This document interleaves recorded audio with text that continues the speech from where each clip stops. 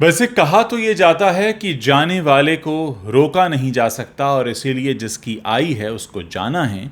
लेकिन पिछले दिनों जिम में कसरत करते वक्त जिस टीवी एक्टर सिद्धार्थ सूर्यवंशी की मृत्यु हुई, उसके बाद अब कुछ लोगों का ये कहना है कि अगर थोड़ा सा ध्यान रखा जाता तो सिद्धांत की जान को बचाया जा सकता था। सिद्धांत को तो नहीं बचाया जा सका, लेकिन ये बात हमारे और आपके लिए जानना बेहद ज़रूरी है कि कहीं हम भी तो वो गलती नहीं कर रहे जो सिद्धांत ने की थी। और जो गलती थी वो इतनी सी थी कि उन्होंने अपनी बॉडी की नहीं सुनी थी। और ऐसा दोस्तों हमारे साथ अक्सर होता है, खासकर जो लोग जिम में वर्कआउट करते हैं या फिज़िकल फिटनेस का बहुत ज़्यादा ध्यान रखते हैं, उनके साथ ऐसा कई बार होता है कि उन्हें वर्कआउट करने का मन नहीं होता। उनकी बॉडी उनसे कहती है कि आज थोड़ा आराम कर लो, लेकिन हम ऐसा नहीं करते हैं। हम अक्सर अपनी बॉडी की कही हुई बात को अनसुना कर देते हैं। अपने अंदर से आ रही आवाज़ को अनसुना करना कई बार आपके लिए परेशानी और मुश्किलों से भरा हो सकता है।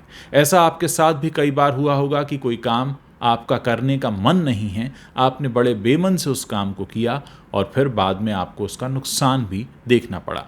लोग जो अपनी बॉडी को अच्छे से समझते हैं वो इस बात को बहुत बेहतर तरीके से जानते हैं कि हमारी बॉडी समय समय पर हमें कई तरह के सिग्नल देती है।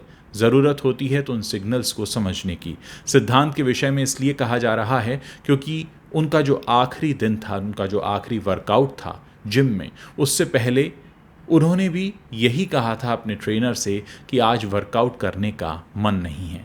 और अक्सर हम ऐसी बातों को नज़रअंदाज कर देते हैं। हम कहते हैं कि हाँ, ये तो चलता रहता है, हमें करना चाहिए। लेकिन अपनी बॉडी की बात को अनसुना कर देना, अपने अंदर से आ रही आवाज़ को अनसुना अनदेखा कर देना कई बार आपके लिए जानलेवा भी साबित हो सकता है। इसलिए आप लोग अगर किसी भी समय ये महसूस करें कि आपके अंदर से आवाज़ आ रही है कि आप इस काम को पूरे मन से या पूरी शिद्दत से नहीं करना चाहते, वजह चाहे कुछ भी हो, चाहे आप मानसिक रूप से थके हैं, चाहे आप शारीरिक रूप से थके हैं, तो बहुत ज़रूरी हो जाता है ऐसे समय पर एक्शन लेना, अपनी बॉडी की बात को सुनना, समझना। आप सोचिए, ये शरीर आपका है और ये शरीर आपसे कभी झूठ नहीं बोलता। गलती आपसे हो जाती है कि आप इसकी बात को अनसुना कर देते हैं। अगर आप कोशिश करके इसकी बात को सुनें, उस पर ध्यान दें, तवज्जो दें, तो हो सकता है कि आप बहुत सी ऐसी परेशानियों और मुश्किलों में फंसने से बच जाएं जिनसे आपका शरीर आपको बचाना चाहता है। क्योंकि आपके अंदर से जो आवाज़ आती है वो सबसे सच्ची होती है। और अक्सर हम अपनी अंतरात्मा की आवाज़ को, अपने अंदर से आ रही आवाज़ को ये कहकर अनसुना या अनदेखा कर देते हैं कि नहीं, कोई बात नहीं। लेकिन आप सोचिए कि आपसे फिर बहस करेगा कौन? आपका शरीर ही आपसे रिक्वेस्ट कर रहा है और आप उसे ही अनसुना और अनदेखा कर रहे हैं।